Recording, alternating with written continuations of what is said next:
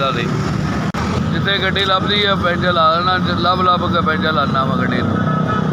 किसी दिन वेला भी जाना, किसी टाइम 2-400 बन भी जाता, किसी टाइम नहीं भी दिहाड़ी बनती।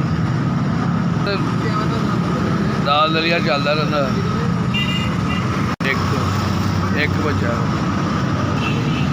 सर जी मेरे को साइकिल दलील होता फिरना, इन्ने पैसे नहीं है जोड़ा मैं दुकान पा लवां।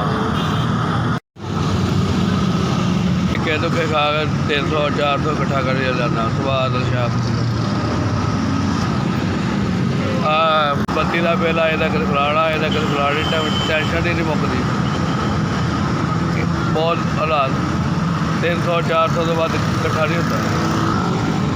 सुबह मैं निकले वा 300-400 रुपया इकट्ठा होया। अली दुध का भी खर्चा करना, रोटी का भी करना, फलाना भी करना, बत्ती का बिल भी करना, सारा कुछ करना है।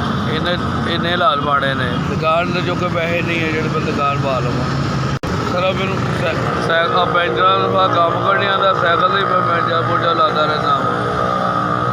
सारा दिन इस दलीलो फार होता फिरदा वा, और इस अलावा काम कोई नहीं आता। तीन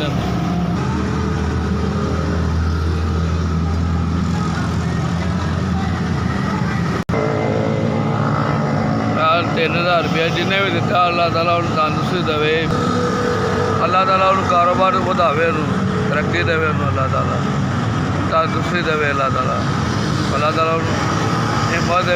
3000 रुपया दिता उन्होंने, अल्लाह ताला उसका कारोबार बढ़ावे, तरक्की देवे, या बारी ताला इन्नी तरक्की देवे, सारी उम्र तरक्की देता रहे अल्लाह ताला। उन्होंने इन्ना कि देवे लोगों भी दिता रहे। हर एक हमदाद का SPS जिन्हें इन्नी मेरी हेल्प की है, बड़ी मेहरबानी है।